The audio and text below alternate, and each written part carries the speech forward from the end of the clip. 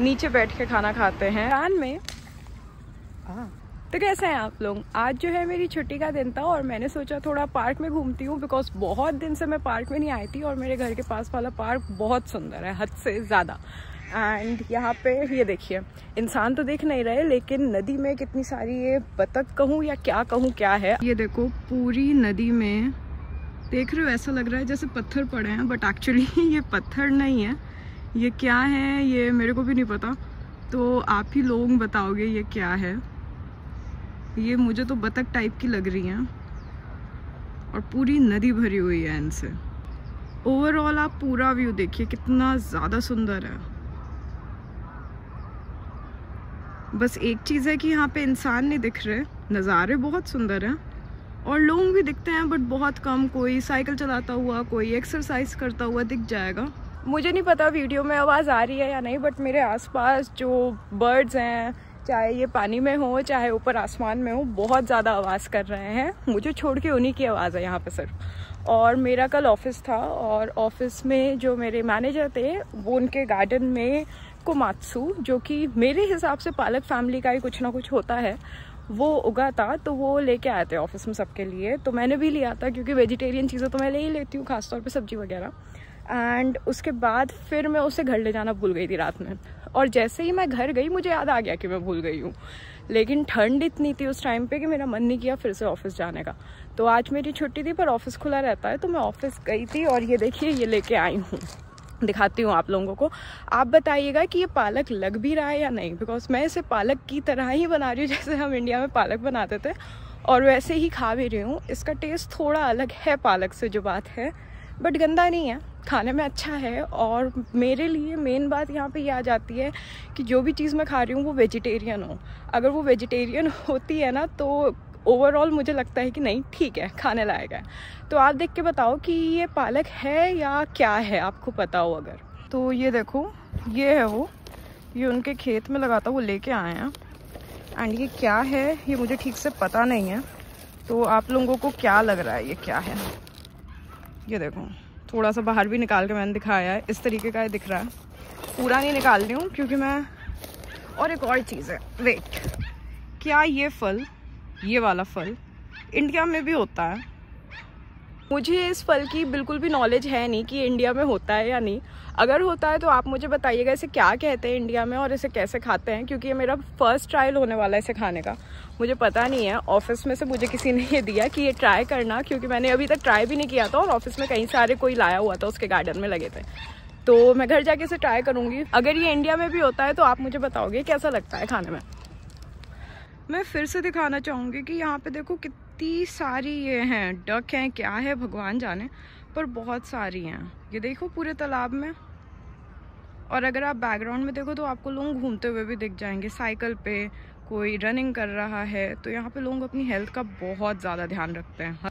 एक दिन मैं सुबह सुबह निकली थी जापान में और ठंड बहुत ज़्यादा थी और बज रहे होंगे 6 साढ़े 6 बज रहे होंगे सुबह के। नॉर्मली तो छुट्टी के दिन मैं सोती रहती हूँ, पर उस दिन मुझे थोड़ा काम था तो मैं उठ के चली गई थी। एंड मैंने देखा कि इतने एजेड लोग भी उस टाइम पे एक्सरसाइज कर रहे थे। तब मुझे काफ़ी शर्म आई खुद पे कि मैं सोती रहती हूँ और इन लोगों को देखो सुबह उठ के एक्सरसाइज कर रहे हैं, अच्छा खा रहे हैं। और यही रीज़न है कि इन लोगों की एज इतनी ज़्यादा होती है, क्योंकि जंक फूड है ही नहीं ना यहाँ पे, खाएं कहाँ से। जंक फूड के नाम पे स्वीट पोटैटो है, बॉइल्ड स्वीट पोटैटो इनके हिसाब से एक बहुत ही अच्छा स्नैक है, लाइक हद से ज़्यादा अच्छा। और मुझे नहीं पसंद था, अगर मैं पहले बताऊँ, पसंद क्या नापसंद भी नहीं था, मेरे उसके लिए कोई थॉट नहीं था क्योंकि मैंने खाया ही नहीं था ज़्यादा। बट धीरे धीरे मेरे लिए भी अब वो एक नॉर्मल स्नैक्स हो गया है, क्योंकि मैं उसे काफ़ी ज़्यादा खाने लगी हूँ यहाँ पे। ऑफिस के बाद जब मैं घर आती हूँ तो मैं स्वीट पोटैटो बॉईल करती हूँ और चाय के साथ उसे खाती हूँ, एज इफ़ चाय के साथ मैं समोसे या बहुत कोई अच्छा स्नैक्स खा रही हूँ। अगर आप लोग लोनलीनेस की बात करोगे तो आप देखो मेरे अराउंड देखो, आपको दूर तक के भी कोई नहीं दिख रहा होगा। सीनरी बहुत अच्छी है, जगह बहुत अच्छी है, सारी चीज़ें अच्छी है, पर यहाँ पे लोग नहीं हैं क्योंकि पॉपुलेशन भी कम है। सेकेंडली जो लोग हैं वो भी वर्किंग है। एंड आज वेंसडे है, वैसे भी मेरा ऑफ वेंसडे को रहता है और आज वेंसडे है वैसे भी, तो ये वर्किंग डे है। सो नॉर्मल लोगों का ऑफ वेंसडे को नहीं रहता है, तो इसलिए भी यहाँ पे लोग और कम है। सैटरडे संडे को थोड़े से ज़्यादा होते हैं। एंड लोनलीनेस की वजह से कुछ चीज़ें अच्छी भी होती हैं और कुछ चीज़ें बहुत ख़राब भी लगती हैं। कभी कभी शांति बहुत अच्छी लगती है और कभी कभी वही शांति ना खाने को आती है। जब मैं पहले आई थी मुझे बहुत अजीब लग रहा था, लेकिन अब धीरे धीरे मुझे आदत हो गई है इसकी और अच्छा भी लगने लगा है। ये देखो, ये पतझड़ है तो सारे पत्ते तो झड़ चुके हैं, पर इन पेड़ों के नीचे ये बैठने का कितना अच्छा बनाया गया है। देखिए उस पेड़ के नीचे भी है एंड उधर तो बेंचेस वगैरह हैं और आगे भी काफ़ी बेंचेस हैं।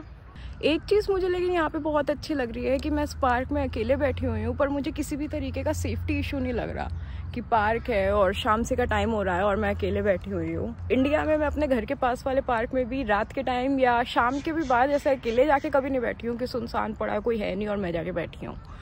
ये चीज़ मुझे लगता है इंडिया में भी होनी चाहिए कि जिसका जहाँ मन है, जो करने का मन है वो कर सके बिना टाइम, कपड़े या और कुछ भी सोचे हुए।